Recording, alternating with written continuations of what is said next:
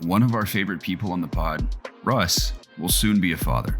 While we're happy for him and his beautiful wife, Tiara, we also want to take this time to shine a light on the amazing work they're doing as entrepreneurs in Petersburg, Virginia. Some of you have complimented our podcast set and might have wondered, where do we film? Thanks to Kris and Tiara, we filmed all of season 2 at their creative studio. Sit back and enjoy hearing about how they're building their real estate empire, the love and partnership they lead with every day. And if you're ever in Virginia, stop by Haus on Market, where creatives live. Welcome to another episode of the Somebody's Son podcast, where biting your tongue is never allowed. Young men battle with the pressures of manhood every day. Each episode, we tackle topics that focus on worth, actions, and relationships. Our goal is simple: help men win the war with themselves.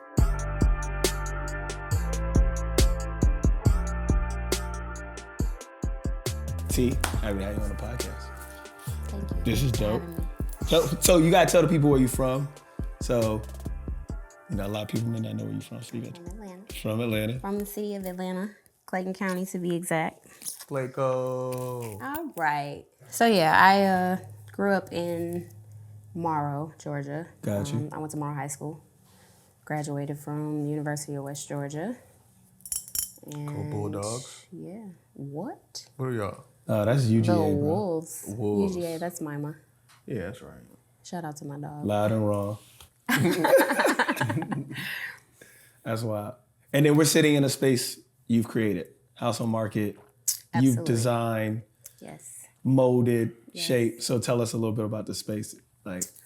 So, we purchased the property in March of last year, March 31st of 2020. Gotcha. Nip Day.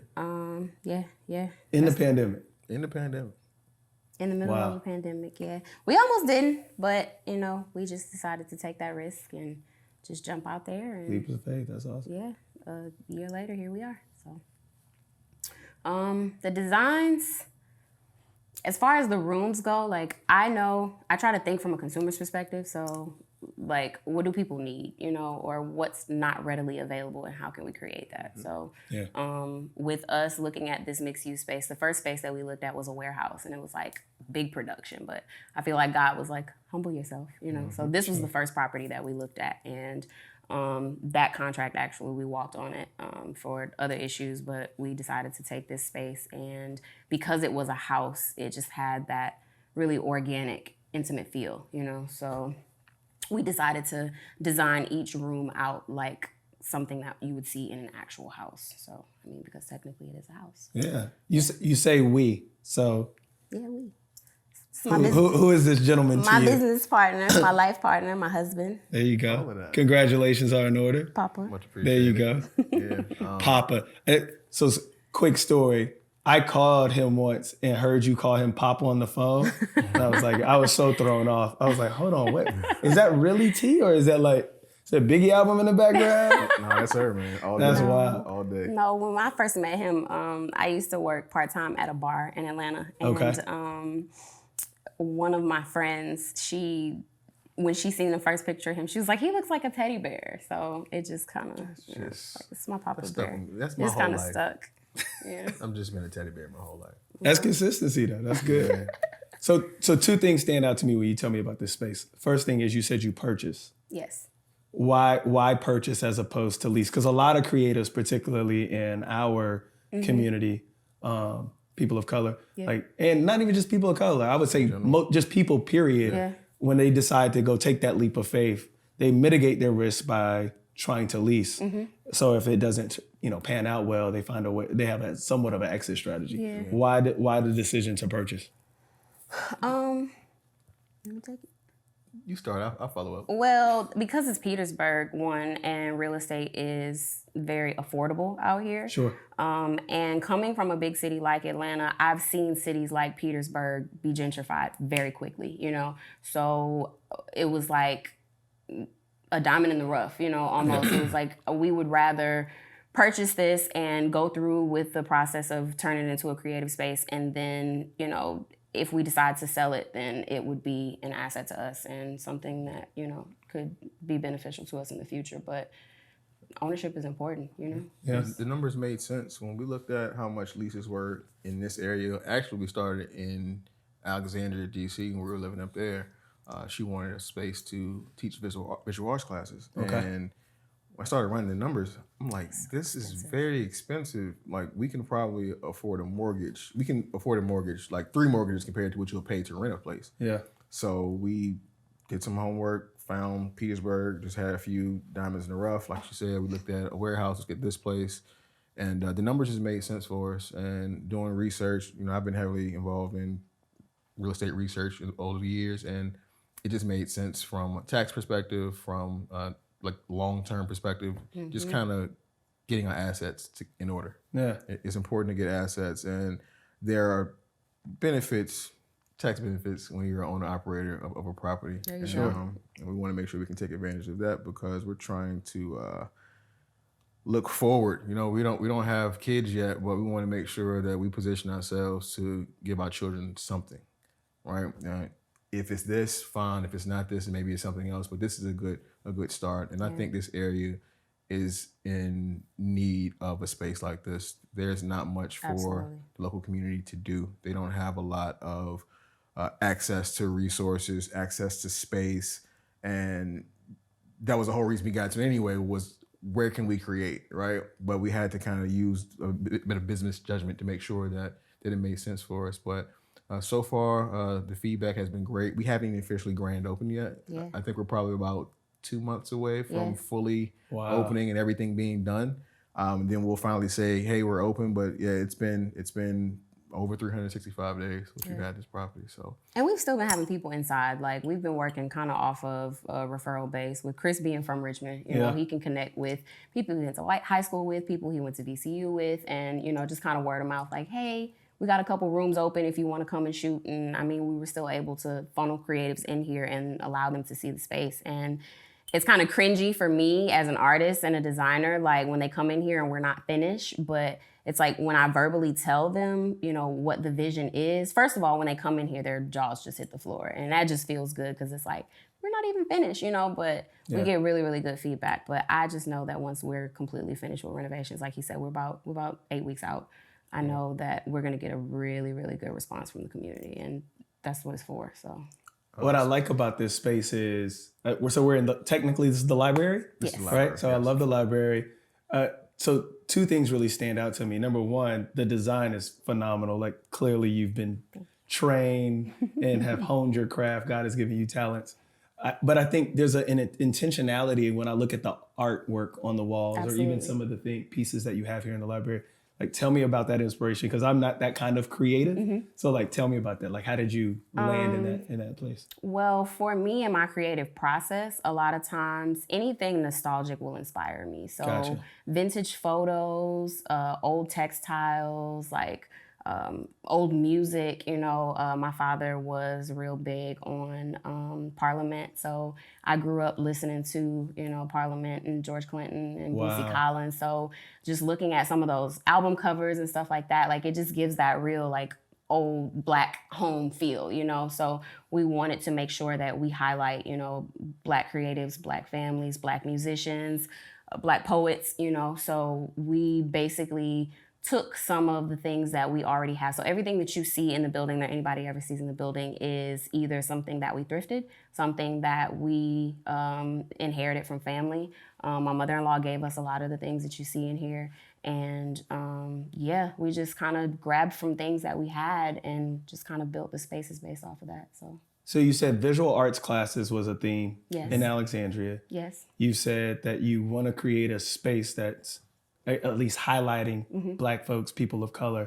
Is that intentional? Like, why is that important? Particularly as a couple that you guys just got married, right? Yes. So, like, why is that important to you? Like, to create a space that, like, celebrates Black folks. Like, why is that important? I mean, especially in today's climate, like, I feel like sports and entertainment and creative Black people are always highlighted, but being able to celebrate it in our own space was what was most important to me. And representation, being able to, Petersburg, there are a lot of Black children in this community, and coming into a creative space like this, I want them to see these Black faces on the wall and be able to recognize, and if they don't, be able to teach them who these people are and how they relate to them, their heritage, their culture, their history. If I have a young Black man that wants to be a poet or wants to be a musician and he sees Louis Armstrong on the wall and he doesn't know who he is, then me as an artist and as a leader, you know, and an owner of this space, I can be able to translate that to him and help him to understand, you know. That's commendable. Who like these creators are. That's super commendable. So you all know this because we're close friends, but my son Dalen's 10, and I think one of the things that stood out to me when I moved to Atlanta is that he can have a plethora of examples of what successful Black people look like, right? Absolutely. So if he wants if there's dentists, there's pediatricians, there's oncologists, and then there's also attorneys, there's business owners like yourself. I have to assume, so I appreciate you all doing that. I have to assume that since you've been funneling creatives in here, you've at least been able to gauge what support looks like, or I guess the lack of support. So you said Kris knows a lot of folks in VCU, friends. Yeah. You've also had strangers here. How has the support been? Like, has it been the way you wanted it to be? Has it been what you expected, or has it been highs, peaks, and valleys? Like, it's a twofold question. That'd be, yeah, I'd love to get both of your perspectives, mainly because you're from here, right? And then as a transplant, by way of love, as a creative, what does that look like? Yeah, it's a twofold question.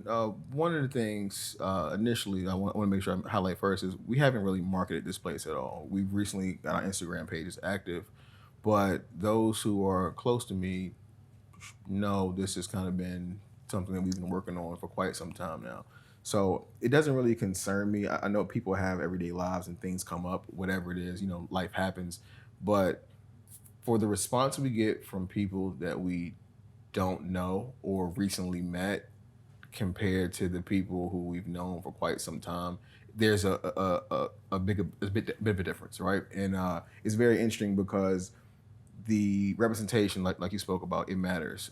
Being able to show the children in the community that you can showcase your talents and also, have your name on the building and also actually own the building. Because you can have your name on the building you do not own, right? So you can have your name on the building and on the deed. So when we get feedback from people, it's very like grand because of, the risk that we took and the implications it can have both in the short term and the long term.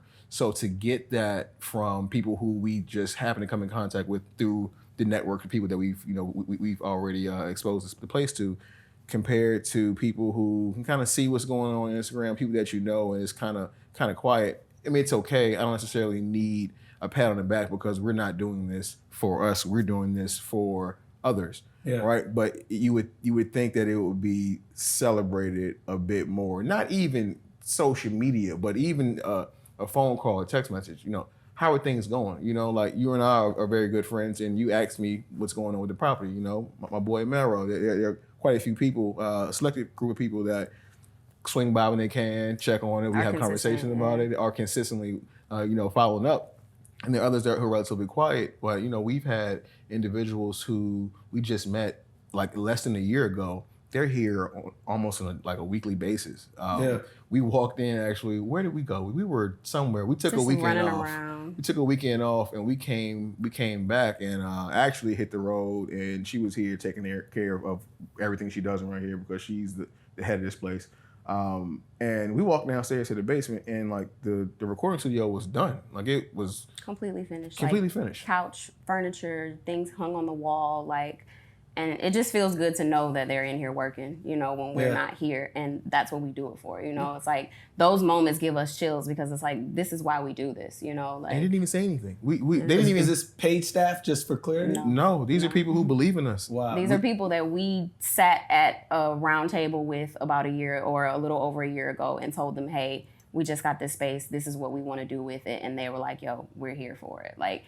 Me specifically, I'm overwhelmed because I'm a transplant here. I don't know anybody in Richmond. I didn't go to school, here or anything. So I'm only here for him.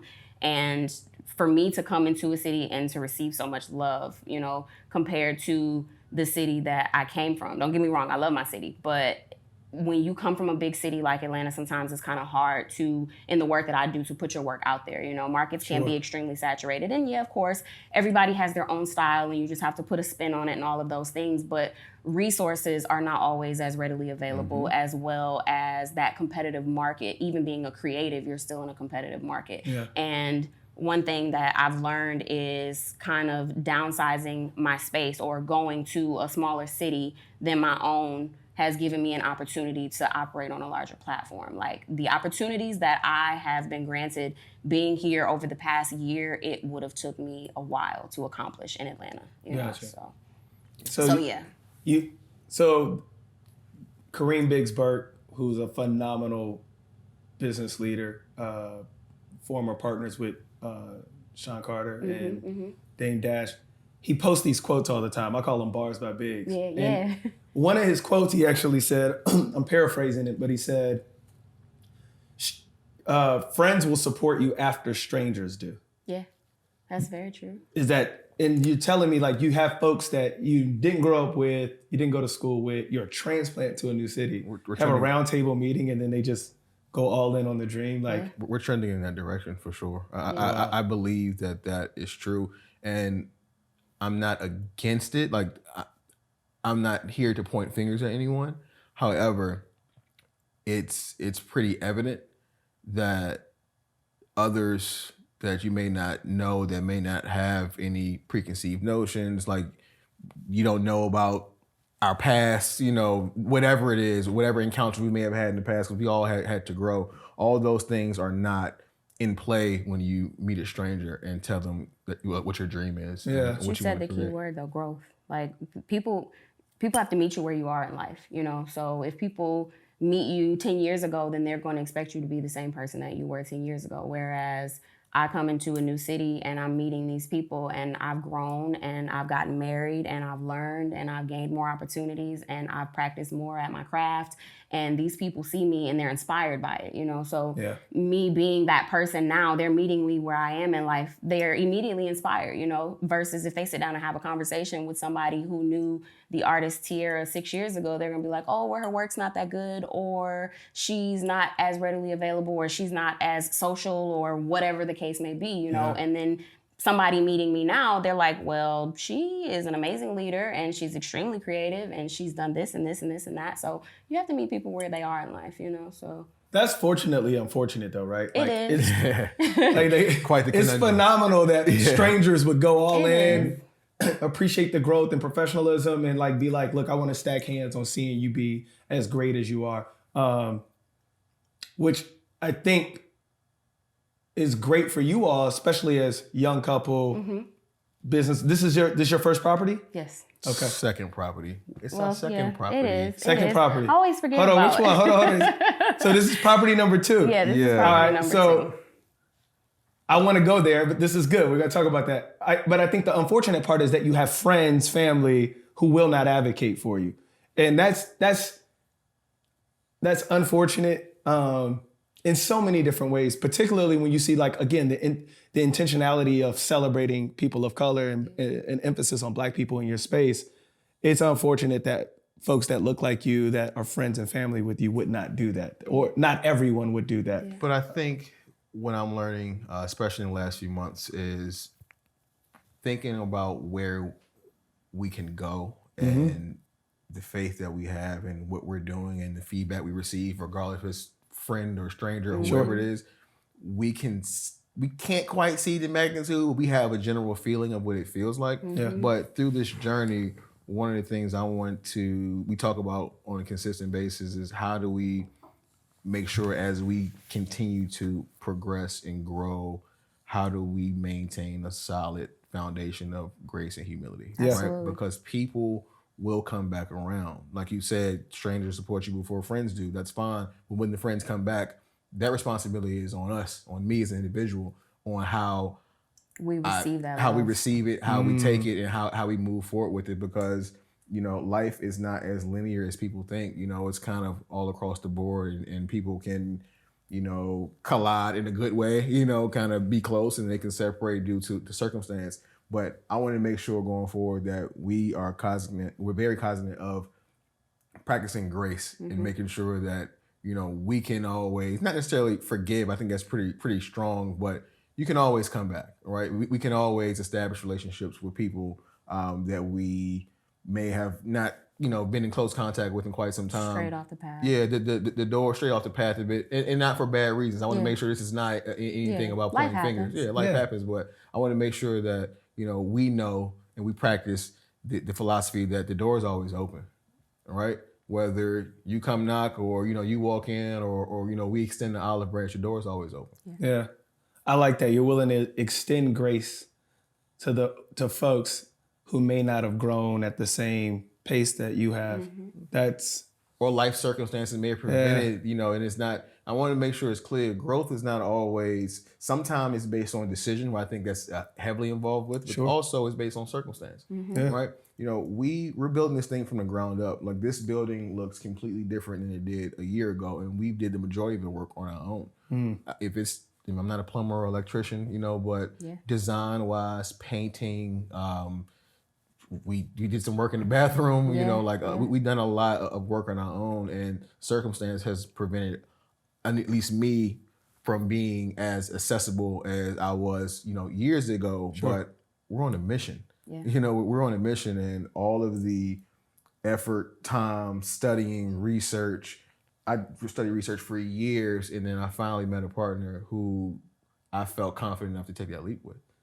And it's just circumstance sometimes create those divisions in people, but the door is always open. The risk that we took created those circumstances. So leaps of faith. You said partner. I love that. How long have you been married? 4 months. 4 months.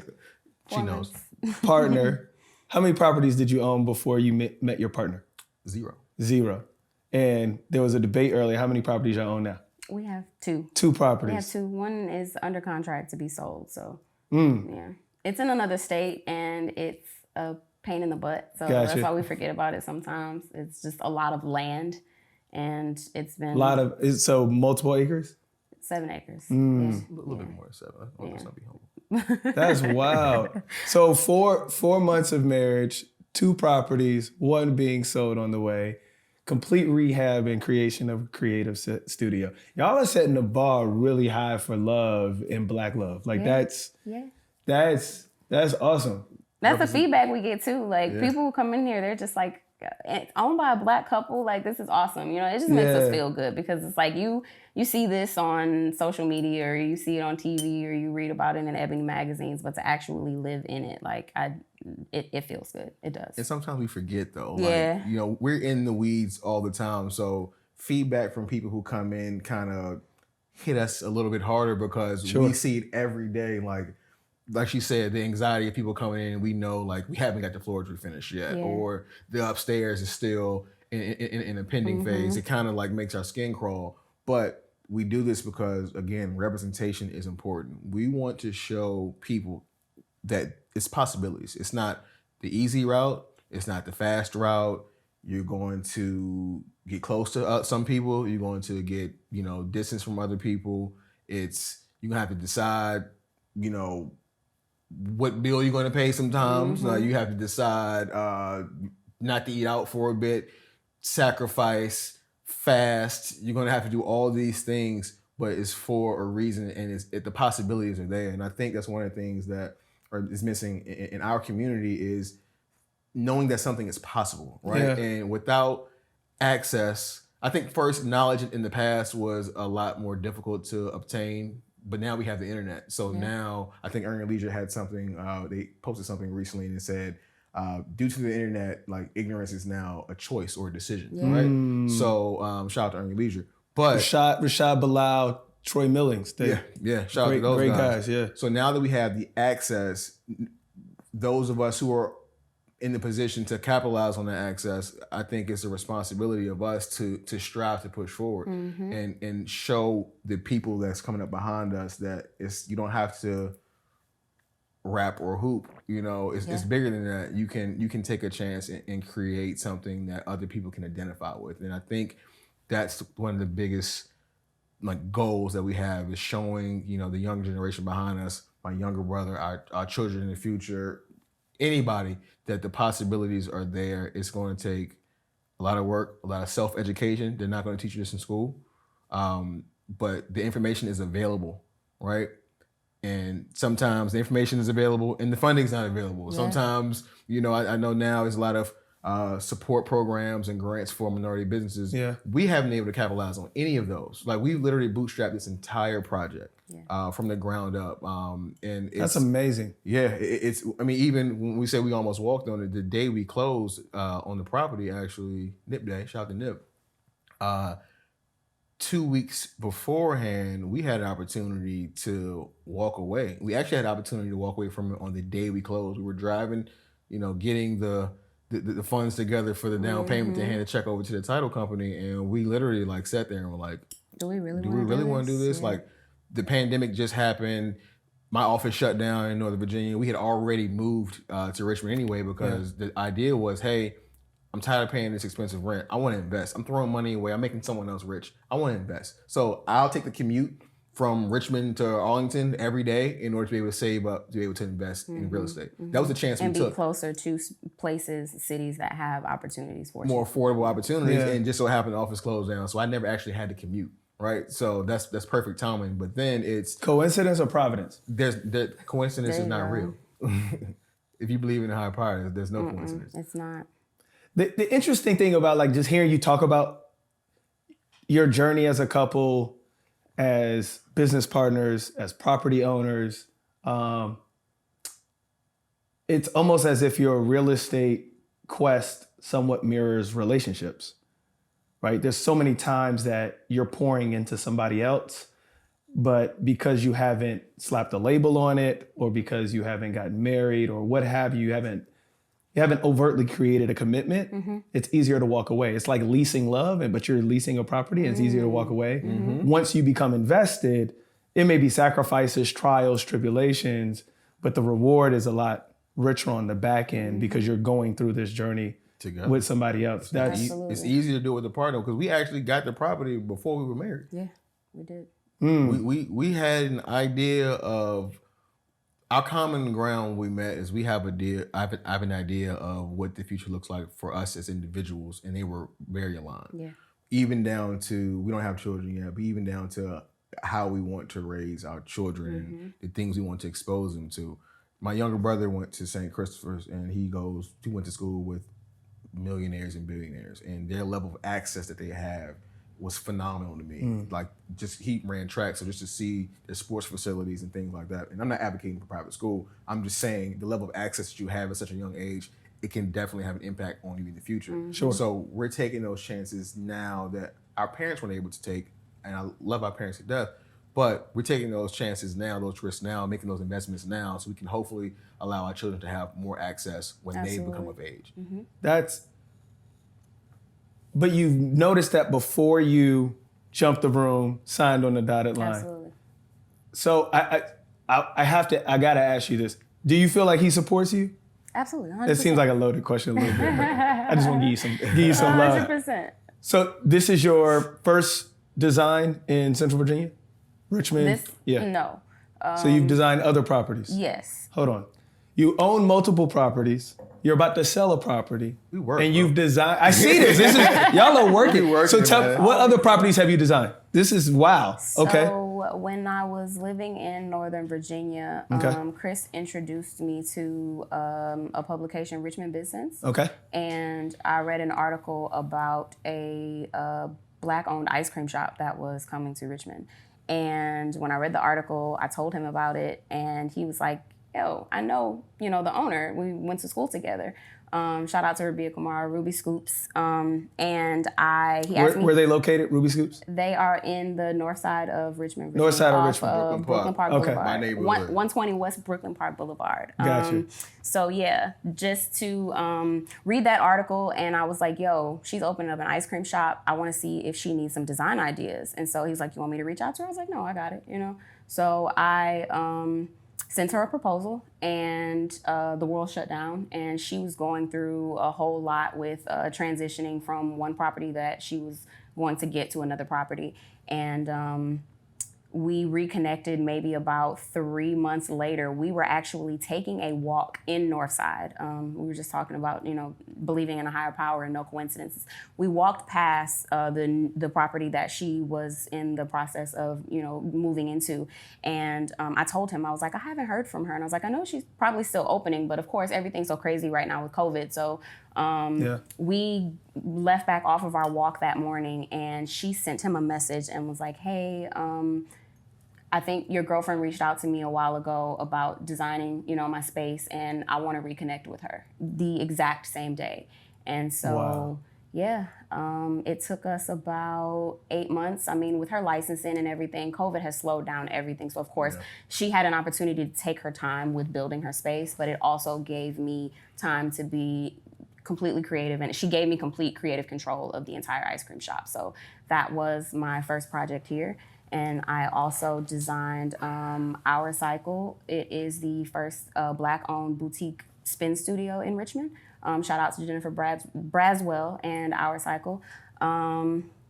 We went in and designed that space as well, and designed this space in between those. And I am also getting ready to design a kind of like a selfie museum, if you've ever heard of those before. Yeah. I live in Atlanta now, so we there you go. You got all So, That's awesome. They are bringing something like that to Richmond, and the owner just reached out to me and commissioned me for that project.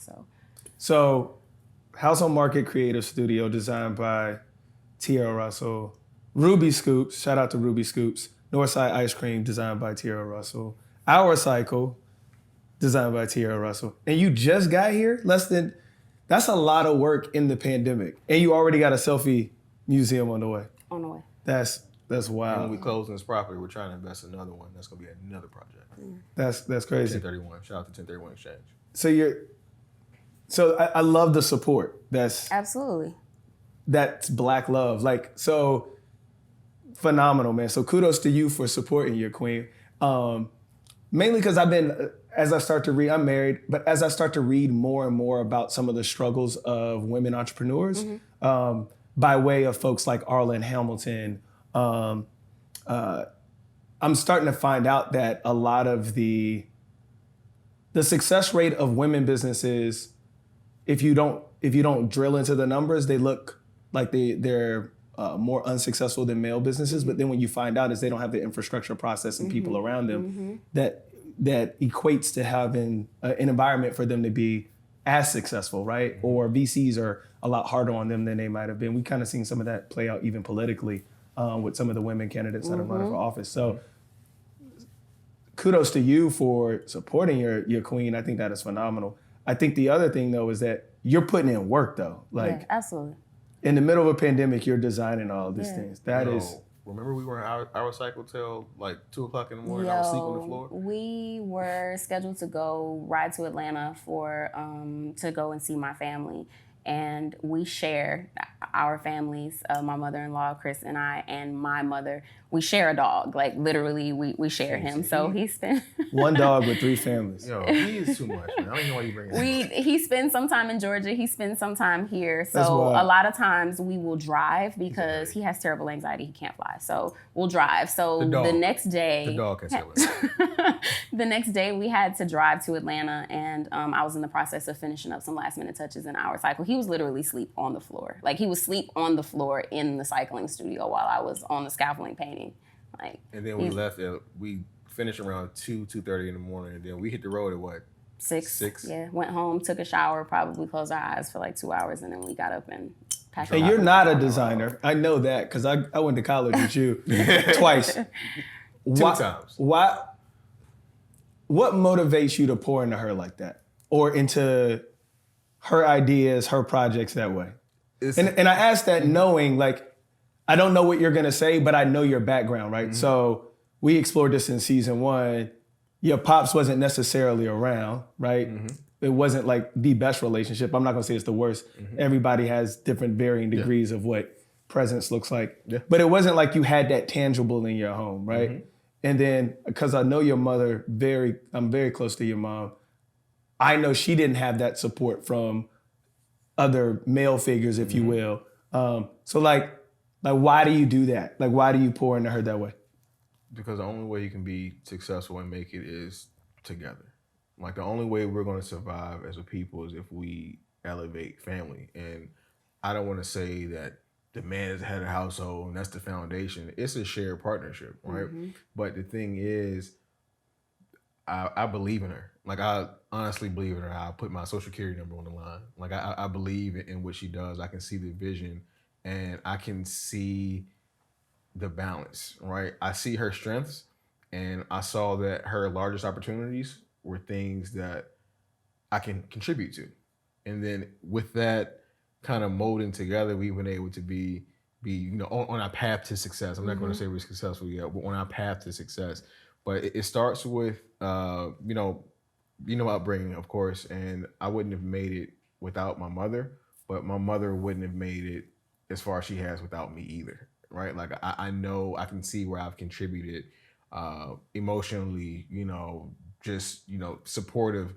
That's important, right? And we have to take the responsibility for ourselves and our future and how our small influences, the small things that we do can contribute to the greater good, right? Like fortunately, as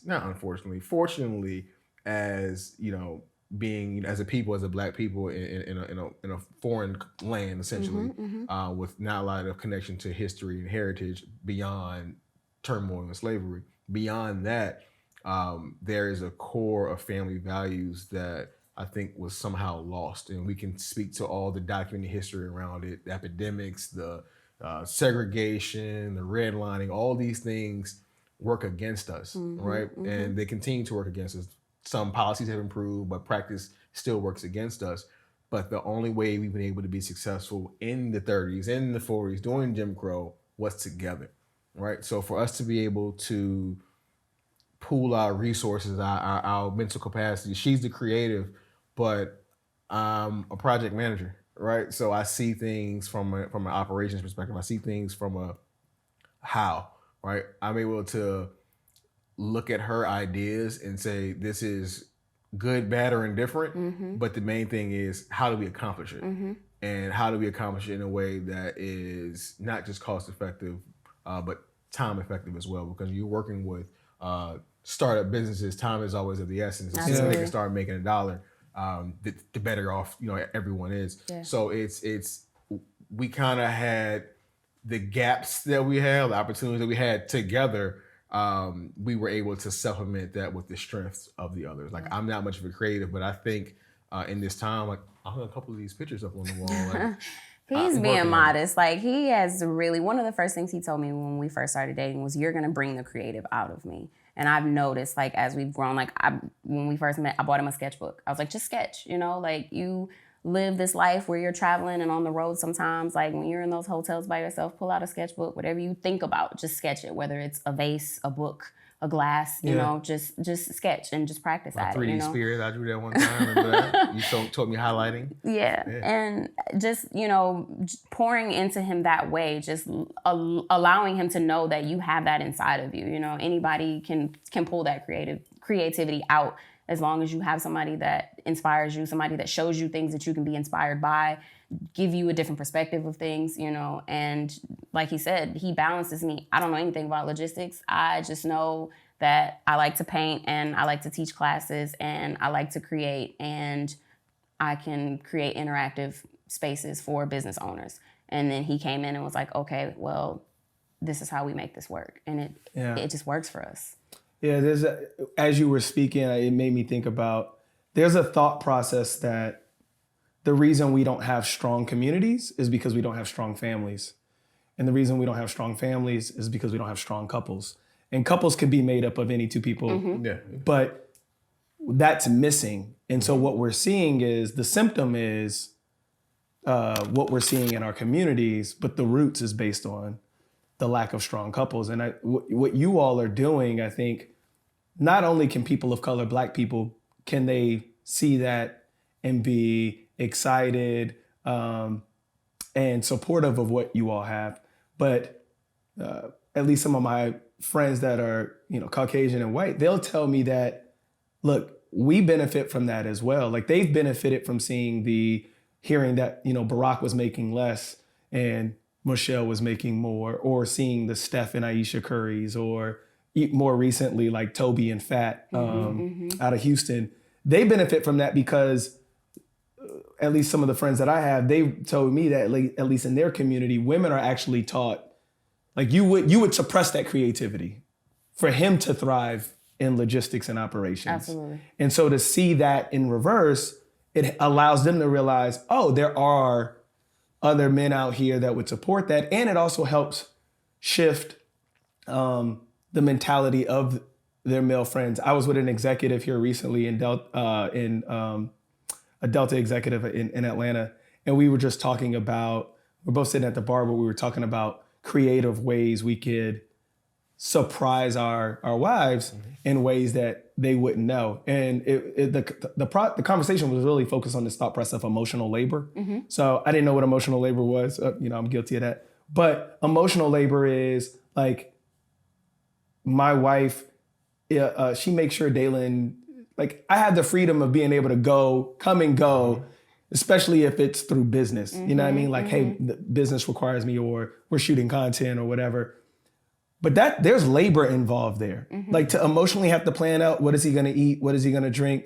Whose house is he going to? And still on top of that, her go do pharmacy and making sure she's vaccinating people in the middle of the pandemic and making sure she's up on her studies. Like there's emotional labor there. And so what me and this executive was talking about is, how can we kind of like flip that switch for men to start to recognize emotional labor? And it sounds like even without using the term, you at least recognize that. So if she's designing, you're helping paint. If she's being creative, you're trying to figure out, how can I reach out to other folks in my sphere of influence to help create bridges? And on the inverse, the pressure of just corporate America, like sometimes I may get off of a call or have a long weekend, I'm drained, but she's there to support. She knows how to refocus my thinking on the reason why I'm doing the things that I'm doing, the sacrifices that not just me, but we're both making, right? And it's a two-way street. And I think once people, I want to make sure that we highlight that there's an equilibrium that needs to be in play in relationships. And it doesn't matter if you try to prioritize things like finances, like who makes more money, or who does the cooler job, or who has the best life experience. If you try to one up your partner based on those criteria, then you're already going to have a certain type of division within the family. But if everyone can come together and with a shared common goal and like a shared level of expectation and what the future is supposed to look like, I think it's a whole lot easier for the family to grow as a whole, because it's not just me and her. Like I have my mother, she has her mother, right. I now have nieces and nephews. We actually contract her niece to do an illustration for an event that we're planning. So. Wow. Yeah. So we it's not just me and her, and it's also bigger than our family. Our family is like the next layer, right? But then the next layer to that is being an example for others that we don't know. How can people? We remember we were in Georgia, we were in Atlanta, and I can't remember what the day was, but we were riding those scooters around the Publix parking lot, like 6 o'clock on 4th of July. 6 o'clock in the morning on 4th of July. We were at the Publix on Ponce. Oh wow, yeah. And we got up early, and I was like, "Yo, like, you know me, I like to move around. I want to get outside." He wanted to see the sunrise, so we just so happened to get an Airbnb in the city, like off of Ponce, and we rode scooters from Ponce over to Ponce City Market. Gotcha. And beautiful building. Hit so that hill on North Avenue. We were riding scooters down North Avenue, and there were some people watching us in the parking lot. And we ended up going back to Publix and going in Publix, and there were a couple people that were just like, "Yo, were y'all the couple that were outside on the scooters?" like 3 people, like at different locally times. Famous. There you go, and man. it's just like we don't even know that people are paying attention to us, but that matters, you know, that people see that love, they see that connection, like that can make somebody's day, you know? Yeah. Like, not and it's even, inspiring, right? Like it allows people to know that that's possible. A lot of folks have subscribed to casual relationships, or they've abandoned the thought of commitment because of the lack of examples. And I think what you're doing, while it is setting a tone inside of your own families, or even in, you know, Black communities, people of color communities, it's deeper than that, and it reaches far and wide. You said, y'all don't try to one-up each other. Real partners don't try to one-up each other. Like, we have to, that is, you talked about the equilibrium or the pendulum swing. Yeah. We got to get back from, this isn't you're not in competition with your partner. Yeah. Because I do this, I am, like she makes all the money, whatever it is. Like, that does not matter. So I get exactly. We got to stop that. And there's a great story about Nnamdi Asomugha, the retired cornerback, phenomenal cornerback, by the way. He's married to Kerry Washington. And he talked about this openly, about this idea of when he retired, how he somewhat struggled at first, that Scandal had just taken off. Yeah. Like, Kerry was already an amazing actress, and she's still an amazing actress, but like Scandal got more attention. And so what I'm hearing is, even in your hometown, your wife is getting more attention and you're still being supportive. Like, we got to make that the standard. That's normal. It's okay. You don't have to try to one up your partner. And to the folks that are supporting you that you haven't known as long, we have to normalize, although I don't want to use the word normalize because we use that word too much nowadays, but like, we have to create a standard where, like, you're not one-upping your friends. Like, it's okay to support your friends. Like, it shouldn't have to be strangers. So I love, you guys are just challenging a lot of the status quo right now. And I think that's, number one, I think that's phenomenal. Number two, I think I'm glad my son has examples like you. Cook Up, AKA Dalen Knight. Dalen's a great kid. So I got to tell you something. So, like, we don't script our conversations by any stretch of the imagination, which is what I love. But I was telling... We already started? Yeah. I was telling... That's good. That went over my head at first. I was telling G this morning, I was like, I try to pick my outfits out to, you know, be complimentary of the folks we're talking to. And you are the first... You're the first queen to sit on the podcast, number one. That's feedback from people. They wanted us to get different perspectives, including women. Absolutely. Y'all are the first couple to be on the podcast. That's probably gonna get me in the doghouse. It's okay, we'll make sure. Ash, we got you. But my outfit is inspired by you. So look, I know how big you are about local brands, Ruby Scoops, Our Cycle, Haus on Market. So all the clothes I have on are independent brands. So like they're owned independently. So we got the Davis family who own New Balance. This is Honor the Gift, so Russell Westbrook's. So yeah, I'm trying to like, and then he got Honor the Gift hat. So I just want you to know we're watching. Like that couple that saw y'all and later on said, hey, y'all were the ones on scooters.